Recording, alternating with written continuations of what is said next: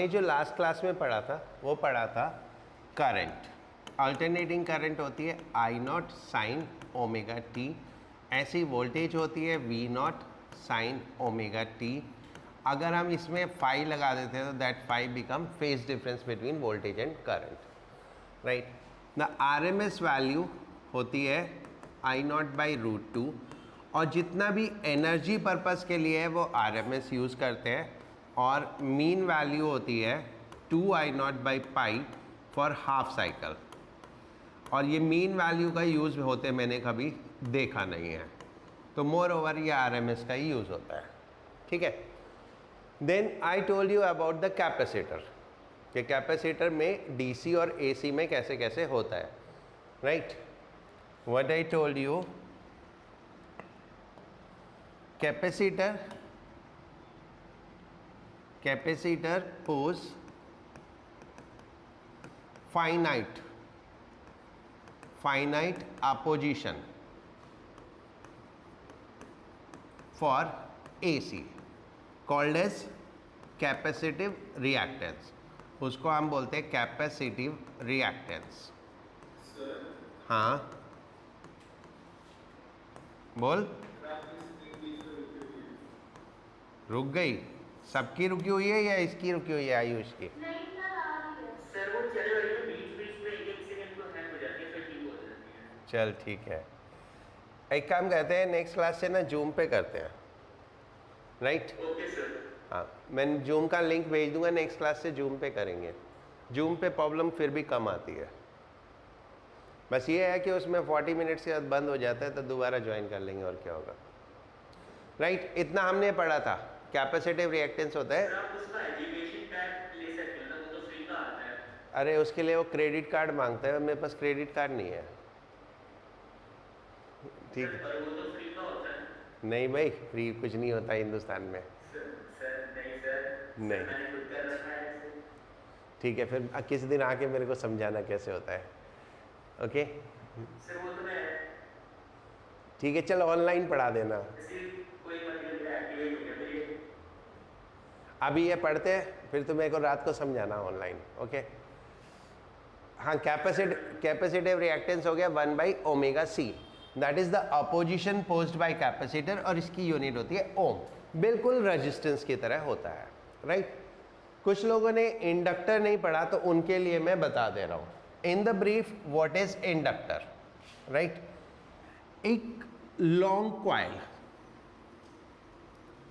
ये कोई भी कॉइल्ड सिस्टम है, कोई भी कॉइल्ड सिस्टम है, चाहे वो ऐसे लॉन्ग कॉइल हो या ऐसे कॉइल हो, कैसे भी कॉइल्ड सिस्टम हो, तो ये कॉइल्ड सिस्टम एक इंडक्टर की तरह काम करती है। इंडक्टर बोलते हैं। इंडक्टर को आप कोरिलेट करो कैपेसिटर की तरह, जैसे कैपेसिटर होता है ऐसे ही इंडक्टर होता है, राइट।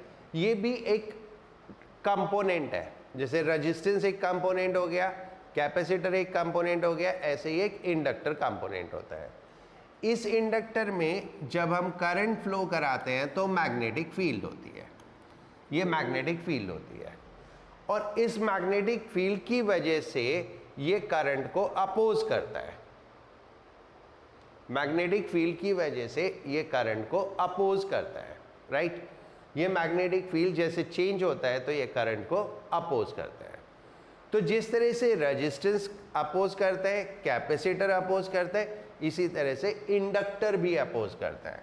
इसको हम नाम देते हैं इंडक्टर, और इसकी जो प्रॉपर्टी है, जैसे कैपेसिटर की प्रॉपर्टी होती है कैपेसिटेंस, कैपेसिटेंस होता है, ऐसे इंडक्टर की प्रॉपर्टी होती है इंडक्टेंस। ये इंडक्टेंस होता है L से रिप्रेजेंट करते हैं, यूनिट होती है Henry, unit is Henry, right. And जिस तरह से कैपेसिटर में एनर्जी स्टोर होती है, इसी तरह से इंडक्टर में एनर्जी स्टोर होती है हाफ Li²। उसमें कितनी होती है? Half CV²। तो कैपेसिटर वोल्टेज बेस्ड डिवाइस है और इंडक्टर करंट बेस्ड डिवाइस है। सो इसमें भी एनर्जी स्टोर होती है हाफ Li²। तो बिल्कुल इसको कैपेसिटर की तरह ट्रीट करो। जिस तरह से कैपेसिटर में डाइलेक्ट्रिक डालने से कैपेसिटेंस बढ़ता है, ऐसे ही इंडक्टर में मैग्नेटिक मटेरियल डालने से, इंडक्टर में कोई भी मैग्नेटिक मटेरियल डालने से इंडक्टेंस बढ़ जाता है, इंडक्टेंस बढ़ जाता है। ये इंडक्टर हो गया, राइट। जैसे कैपेसिटर है ऐसे ही इंडक्टर है, ओके। सो एसी के लिए अभी there is nothing to note down, just समझ लो, ठीक है। एक बार कुछ छोटी छोटी चीजें है ना वो समझ में आ गई तो हो जाएगा। एसी में हमारे पास 3 कंपोनेंट होते हैं, एक रजिस्टर, एक कैपेसिटर और एक इंडक्टर। ये 3 कंपोनेंट होते हैं जो एसी में काम करते हैं। डीसी में सिर्फ रजिस्टर काम करता है, ठीक है। बाकी दोनों में क्या होता है, डीसी सप्लाई लगाओगे एनर्जी स्टोर हो जाएगी, काम खत्म। बस एक बार डीसी सप्लाई लगाई, कैपेसिटर में एनर्जी स्टोर हो गई, कितनी, हाफ CV²। इंडक्टर में एनर्जी स्टोर हो गई, हाफ LI², काम खत्म। लेकिन अब एसी में क्या है, अगर मैं इसको वोल्टेज ग्राफ लूं, एसी में वोल्टेज टाइम के साथ ऐसे चेंज होती रहती है, तो कैपेसिटर ये चार्ज होगा, डिस्चार्ज होगा, फिर उल्टा चार्ज होगा, फिर डिस्चार्ज होगा, फिर चार्ज होगा, तो ये चलता रहेगा। तो इसमें कभी स्टेडी स्टेट आती ही नहीं है, तो इसलिए चार्जिंग डिस्चार्जिंग हमेशा चलता रहता है, तो करंट का फ्लो भी हमेशा चलता रहता है। सेम ऐसी अगर मैं ये बोलूं ये ग्राफ करंट का है, ये ग्राफ करंट का है, तो इंडक्टर में देखो हाफ LI² होता है, करंट ज़्यादा एनर्जी बढ़ रही है, फिर करंट कम होने लगी एनर्जी कम होने लगी, फिर करंट नेगेटिव में तो अपोजिट डायरेक्शन हो गया। तो इसमें भी कंटिन्यूअस करंट का आना जाना चल रहा है। डीसी में ऐसा नहीं होता, डीसी में करंट बढ़ेगी और फिर मैक्सिमम हो गई और एनर्जी स्टोर हो गई, कहानी खत्म। तो इसलिए एसी में हमारे पास 3 कंपोनेंट हो जाते हैं, कौन कौन से, register, capacitor and inductor, right. अब ये तीनों करंट को अपोज करते हैं। रजिस्टर जिस प्रॉपर्टी से अपोज करता है उसको हम बोलते हैं रेजिस्टेंस। क्या बोलते हैं, रेजिस्टेंस। और इसको हम डिनोट करते हैं R ओम। कैपेसिटर जिस प्रॉपर्टी से अपोज करता है उसको हम बोलते हैं capacitive reactance. What we say, capacitive reactance. And इसको हम रिप्रेजेंट करते हैं XC is equal to 1/ωc ohm, 1/ωc। Now same inductor जिस प्रॉपर्टी से अपोज करता है उसको हम नाम देते हैं inductive reactance, inductive reactance, that is XL and this is equal to ωL ohm, that is equal to ωL ohm, right।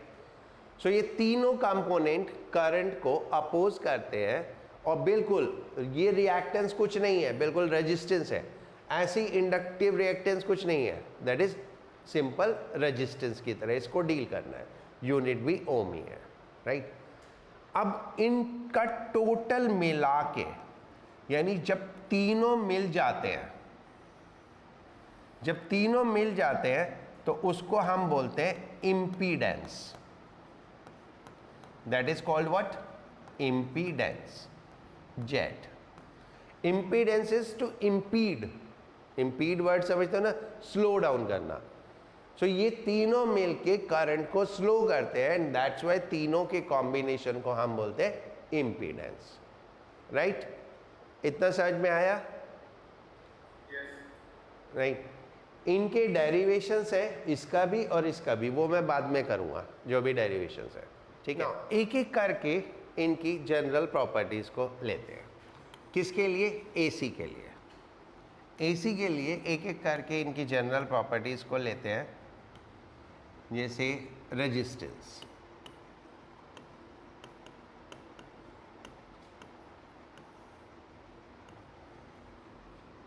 current is maximum when voltage is maximum. जब वोल्टेज मैक्सिमम होगी current maximum होगा. Current is 0 when voltage is 0. ठीक है. That is current and voltage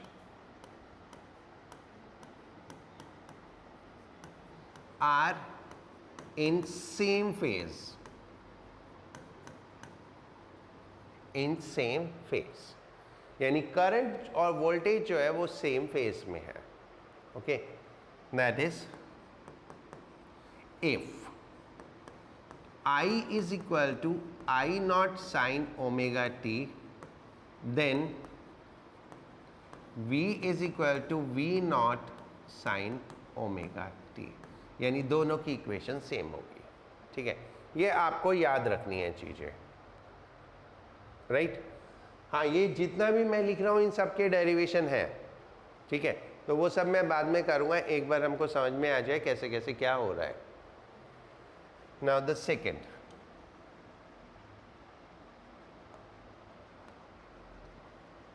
capacitor.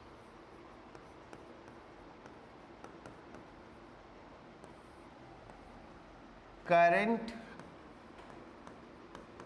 is maximum when voltage is 0.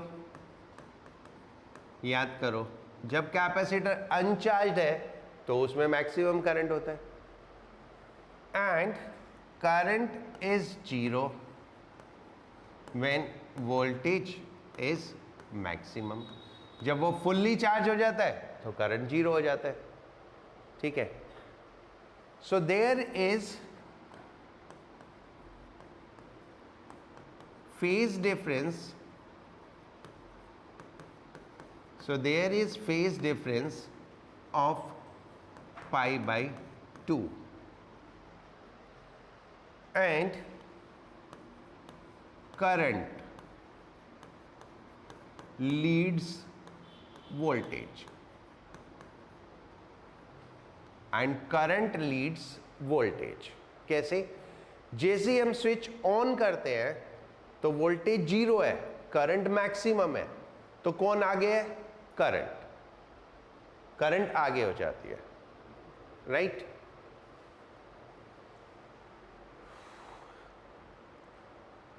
Okay. Aryan,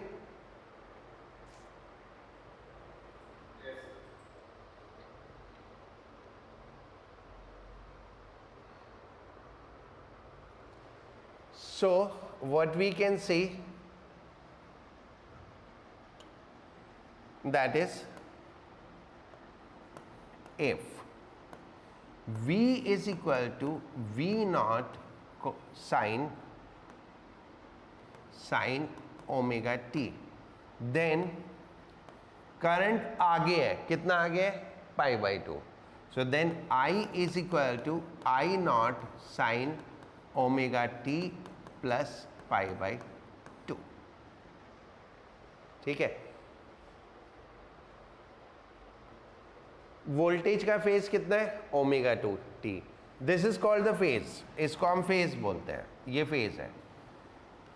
तो voltage का phase कितना है? Omega t. और करंट का फेज कितना है? Omega t plus pi by 2.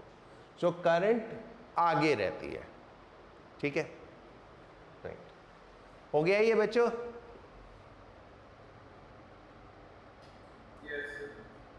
सबका हो गया?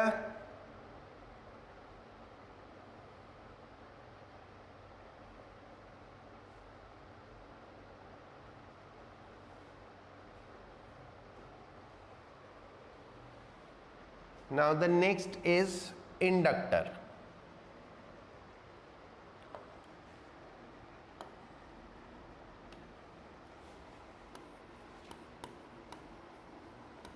Inductor.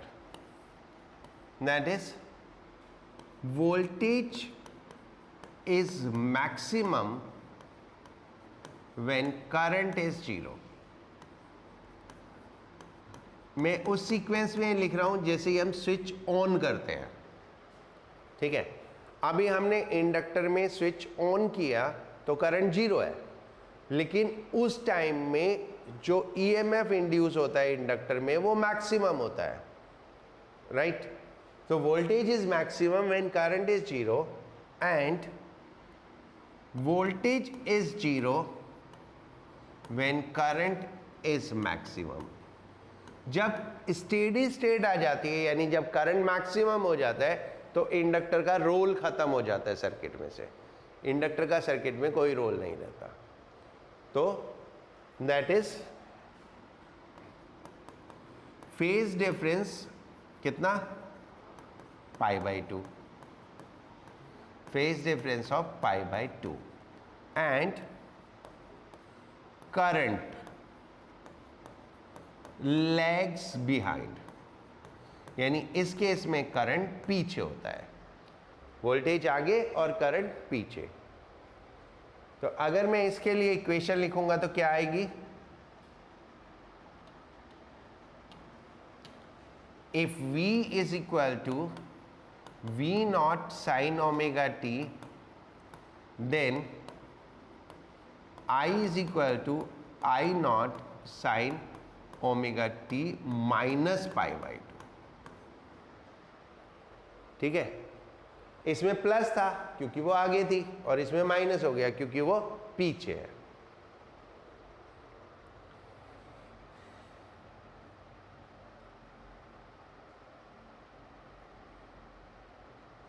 ठीक है, is it clear?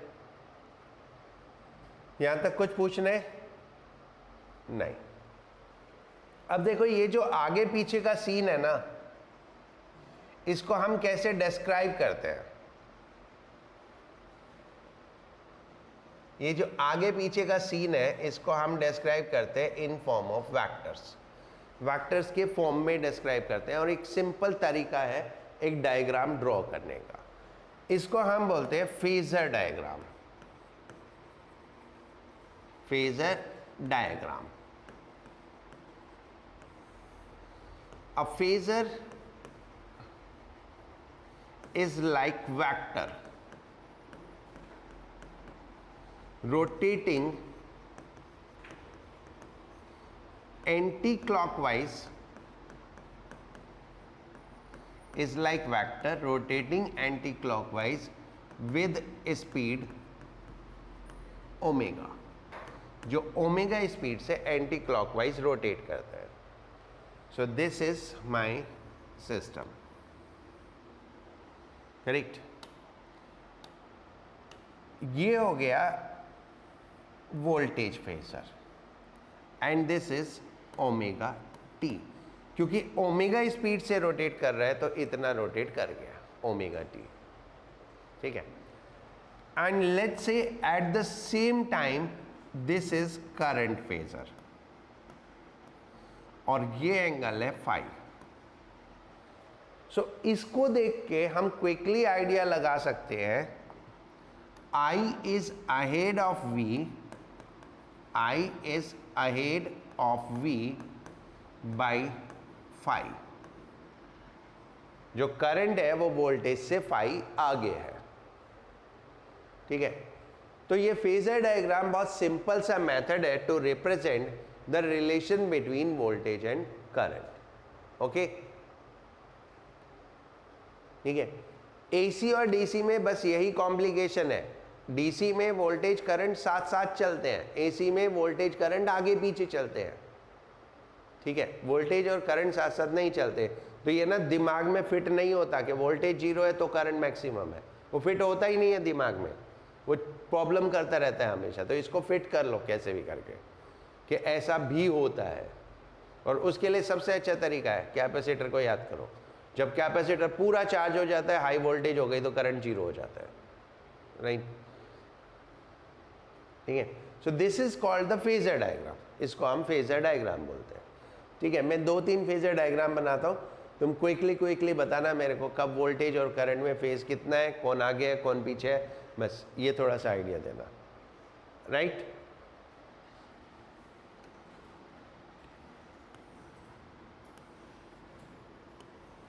this is V omega t, this is I1 and this angle is pi by 2. बोलो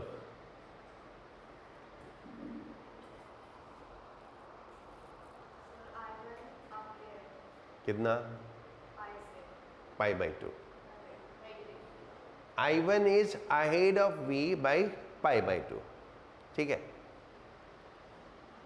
I1 is ahead of V by pi by 2. What about I2? I2 is behind. And what about I3?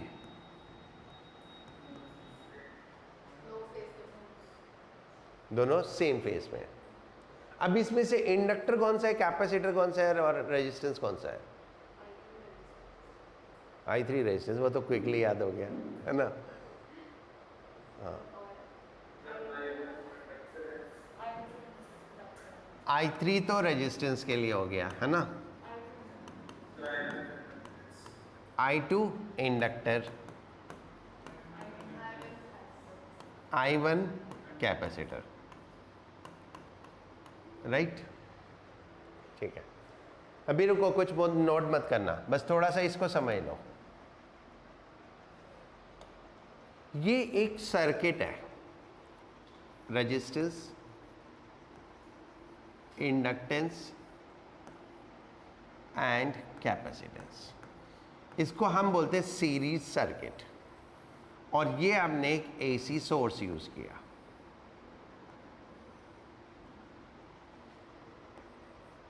अब एक चीज हमको पक्का पता है, current तो सब में सेम है ना। क्यों बच्चा लोगों? एक चीज कंफर्म है, सब में करंट सेम है। ठीक है, तो हम एक फेजर डायग्राम बनाते हैं तीनों के लिए। ठीक है, तो ये हमारा, एक मिनट थोड़ा छोटा कर देते हैं, इतना बड़ा क्या करना।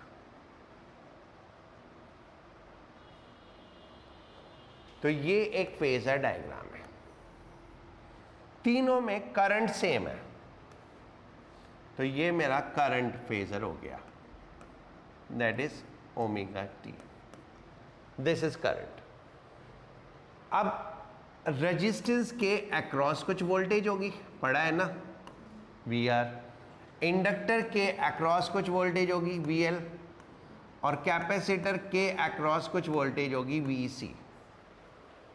ठीक है, नोट करने को रहने दो, एक बार समझ लो, समझ में आ गया ना। कुछ नहीं है इस चैप्टर में, ये तीन कंपोनेंट घूमते रहते हैं पूरे चैप्टर में और कुछ नहीं। पूरा चैप्टर आरएलसी आरएलसी आरएलसी होता रहता है बस। ठीक है, और कुछ भी नहीं है इसमें। तो अब वी आर किधर होगा? वी आर किधर आएगा? आई के ऊपर आएगा, ये वी आर हो गया, right. Where will be v l?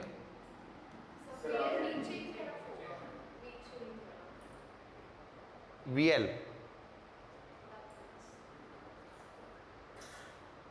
Current पीछे, इंडक्टर में करंट पाई बाय 2 पीछे, तो वोल्टेज आगे। करंट अगर पीछे, करंट वोल्टेज से पीछे, तो वोल्टेज करंट से आगे। तो इंडक्टर में वोल्टेज करंट से आगे हो जाएगी, ये हो जाएगी वी एल। और वी सी, वी एल के अपोजिट,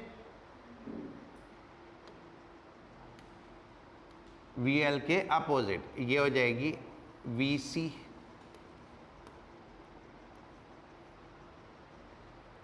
अगर मैं इसका वेक्टर सम करूं, सोचो एक बार सोच के देखो, मान लो वी एल और वी सी बराबर है, मान लो, और इसका मैं वेक्टर सम करूं तो क्या होगा?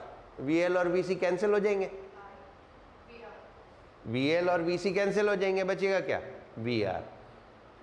सो that is another complication in AC के, ये दोनों एक दूसरे के अपोजिट होते हैं। जो इंडक्टर और कैपेसिटर होता है वो दोनों एक दूसरे के अपोजिट होते हैं, यानी दोनों एक दूसरे का अपोज कर रहे होते हैं। ठीक है, सोचो आज तक तुमने ऐसी कोई मोटर देखी है जिसके साथ कैपेसिटर ना हो? हर एक मोटर के साथ एक कैपेसिटर होता है। मोटर क्या है? इंडक्टर। तो हर एक इंडक्टर के साथ हम एक कैपेसिटर लगाते हैं इंडक्टर के इफेक्ट को खत्म करने के लिए। तो एक कैपेसिटर इंडक्टर के इफेक्ट को खत्म करता है या एक इंडक्टर एक कैपेसिटर के इफेक्ट को खत्म करता है। दोनों एक दूसरे को अपोज करते हैं। ठीक है, दोनों एक दूसरे को अपोज करते हैं। तो यही प्रॉब्लम है कि वोल्टेज इन दोनों में एक दूसरे के अपोजिट होती है। ठीक है,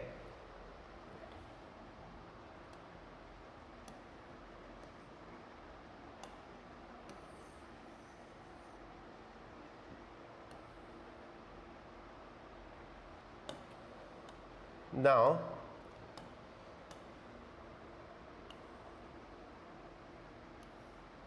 ये मेरा ग्राफ है।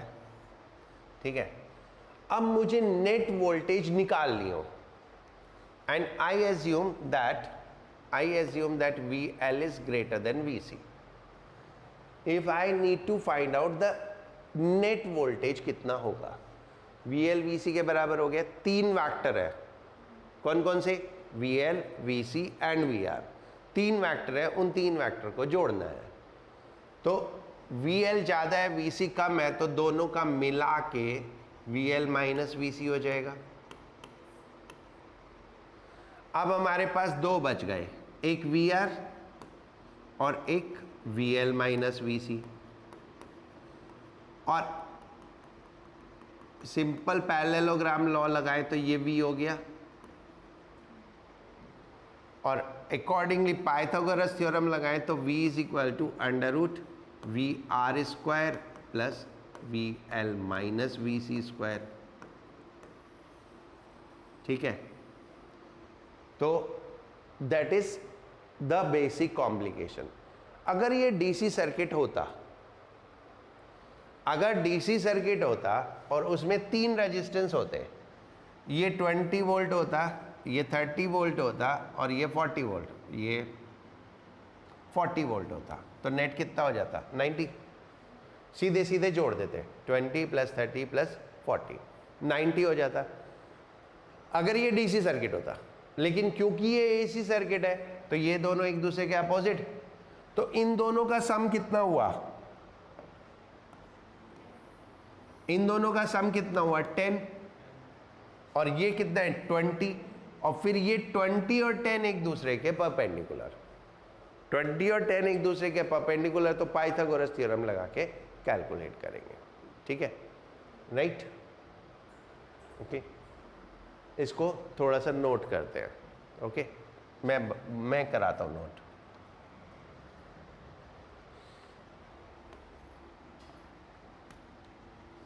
लिखो RLC series AC circuit.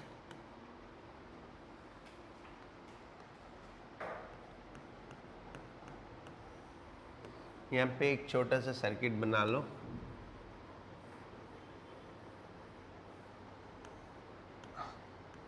And नहीं समझ में आए तो पूछ लेना, 4 बार पूछोगे ना तो भी मेरे को कोई प्रॉब्लम नहीं होगी, बस समझ लेना।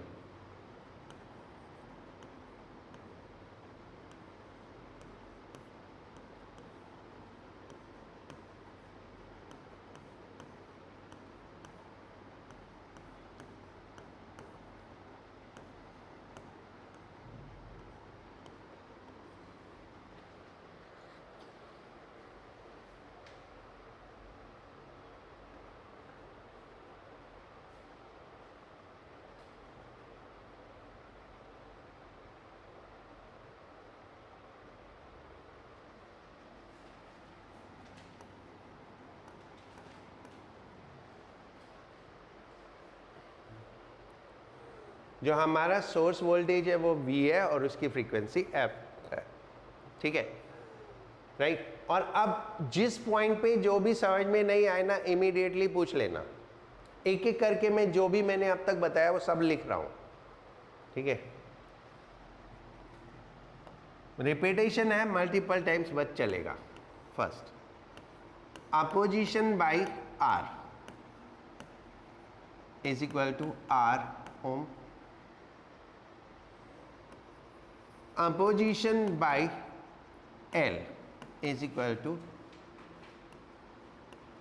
XL is equal to omega L ohm.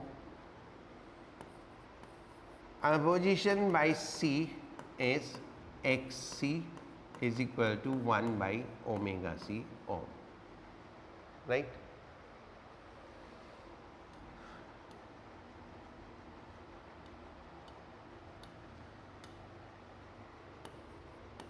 Being all R, L, C in series, current is same in all. Current is same in all, सब में करंट सेम होगा, ठीक है। Fifth, v r is equal to I r is in phase of current.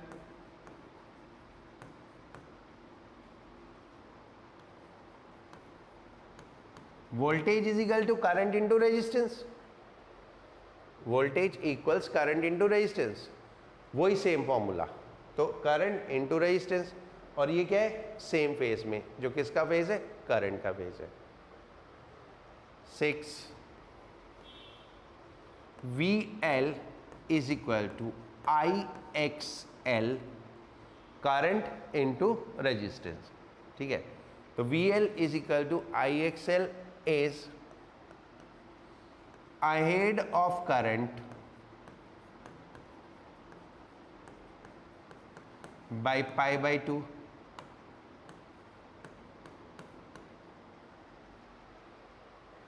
right? 7,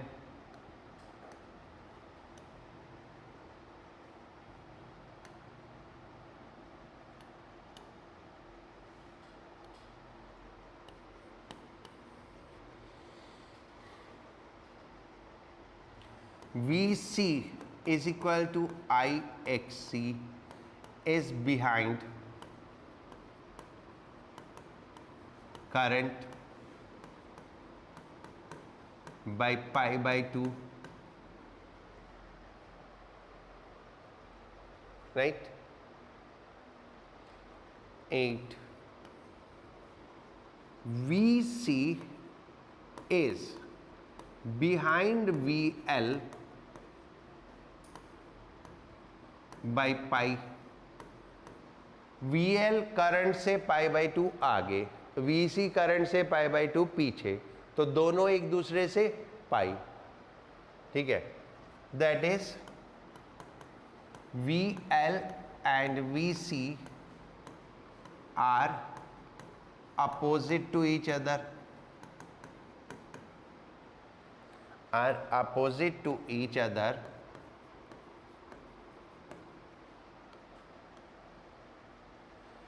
so both tend to cancel their each other's effect, so both tend to cancel each other effects, right? यहां तक कुछ पूछ रहे हैं तो बताओ, नहीं, right. 9th,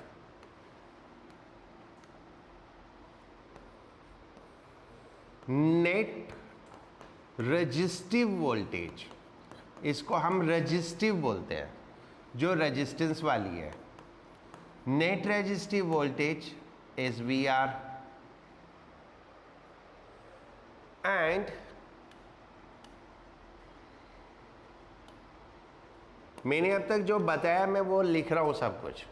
net reactive voltage, reactive word कहां से आया, रिएक्टेंस से, रिएक्टेंस से रिएक्टिव। सो रिएक्टेंस दो जगह है, कहां पे, इंडक्टर में और कैपेसिटर में। तो एक होता है रेजिस्टिव कंपोनेंट रेजिस्टिव कंपोनेंट हुआ रेजिस्टेंस, रिएक्टिव कंपोनेंट दो हो गए, इंडक्टर और कैपेसिटर। सो नेट रिएक्टिव वोल्टेज यानी दोनों का मिला के is VL minus VC। Mod लगा दो क्योंकि दोनों में से कोई भी ज्यादा हो सकता है। So net reactive voltage is VL minus VC। Okay, right? Then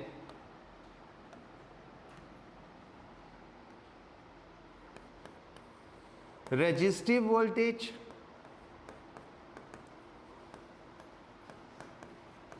and reactive voltage। जब स्विच ऑन करते हो तो सोचते हो कभी इतना कुछ होता होगा? स्विच ऑन करते हैं बल्ब जल जाता है बस, है ना? सोचते हैं इतना कुछ चल रहा है अंदर। Resistive voltage and reactive voltage are perpendicular to each other।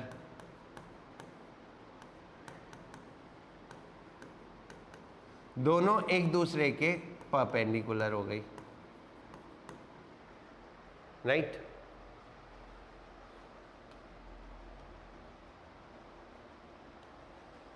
So net voltage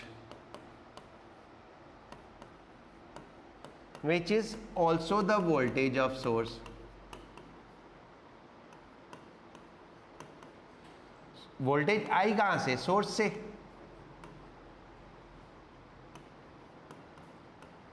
voltage I source से, ठीक है? वही तो डिवाइड हो रही है, इंडक्टर, रजिस्टर और कैपेसिटर में वही डिवाइड हो रही है। तो which is the voltage of source V is equal to under root VR square plus VL minus VC square.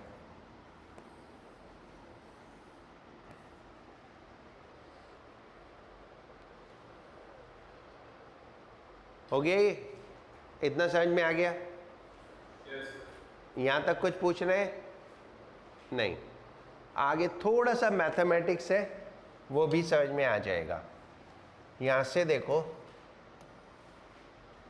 This VR is IR, VL is IXL, VC is IXC। Voltage is current into opposition. अगर resistance में है तो current into resistance, capacitor में है तो current into capacitive reactance, inductor में है तो करंट इनटू इंडक्टिव रिएक्टेंस। तो अब मैं इसको यहाँ पे रिप्लेस करता हूँ, किससे? करंट इनटू रेजिस्टेंस से। तो V is equal to under root IR square plus IXL minus IXC square, और इसमें से I कॉमन ले लूँ तो अंदर क्या बचेगा? Under root R square plus XL minus XC square, right? और अगर मैं V बाई I करूँ तो V by I is under root R square plus XL minus XC square, ठीक है? And voltage upon current is what? The total oppose voltage upon current। हमने आज तक पढ़ा था रेजिस्टेंस, तो यहाँ पे क्या है? Total oppose. So this voltage upon current is called impedance.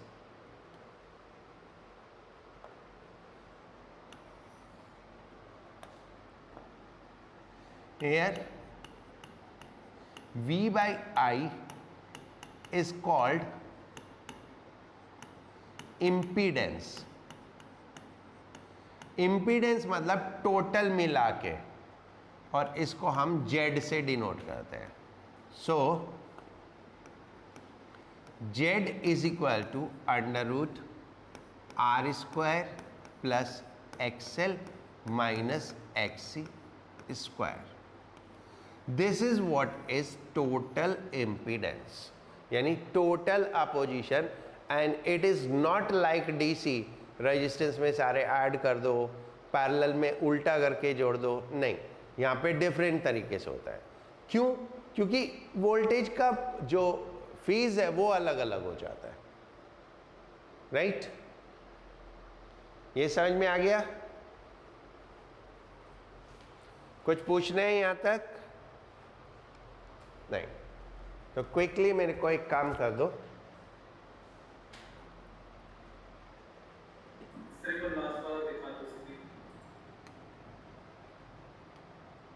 कौन सी होती है ये?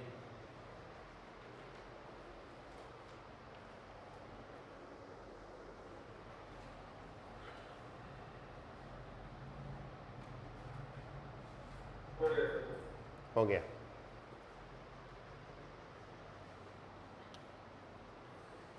ये एक AC सोर्स है विद वोल्टेज 200 वोल्ट। ये एक रेजिस्टेंस है 50 ओम। ये एक इंडक्टर है XL is equal to 200 ohm, और ये एक कैपेसिटर है XC is equal to 200 ohm. XC is equal to 200 ohm, right? मुझे आप इसमें करंट निकाल दो, ठीक है? VL निकाल दो, बस ये दो चीज़ें निकाल दो।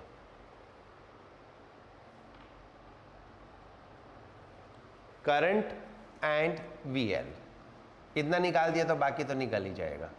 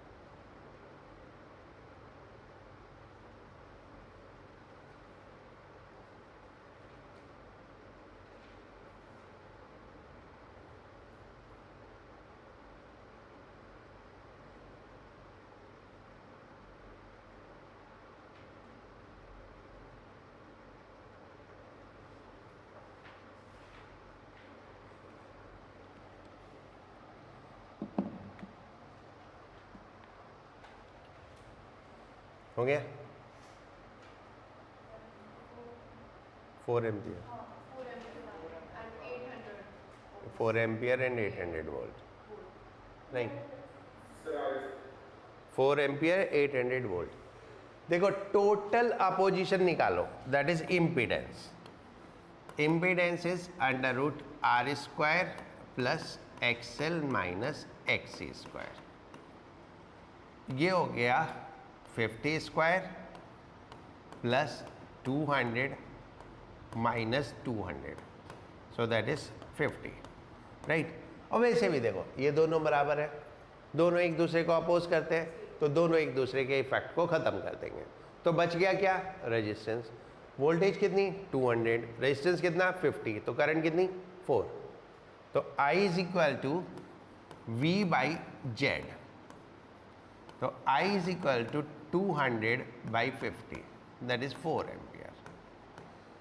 अब VL कितना? IXL। ये बहुत सरप्राइजिंग एलिमेंट है और इसीलिए मैंने एक क्वेश्चन दिया था, दैट इज 800 वोल्ट।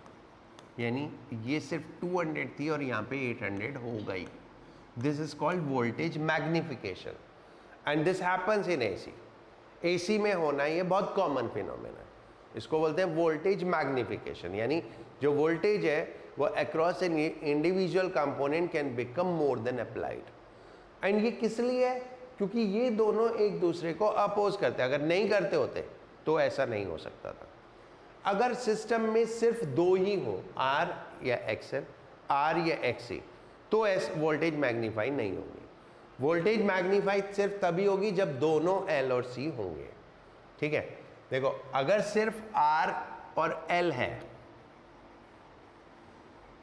तो आप स्क्वायर करके रूट करोगे तो टोटल सम से कम ही आएगा, राइट। तो इसलिए ये फिनोमेना सिर्फ और सिर्फ तभी पॉसिबल है कब, जब हम दोनों कंपोनेंट को लें, L को भी और C को भी, राइट। नेक्स्ट क्लास में बस ये आज जितना नोट किया ना थोड़ा सा ही है, बहुत ज़्यादा नहीं है, इसको एक बार रिवाइज करके आना, ठीक है।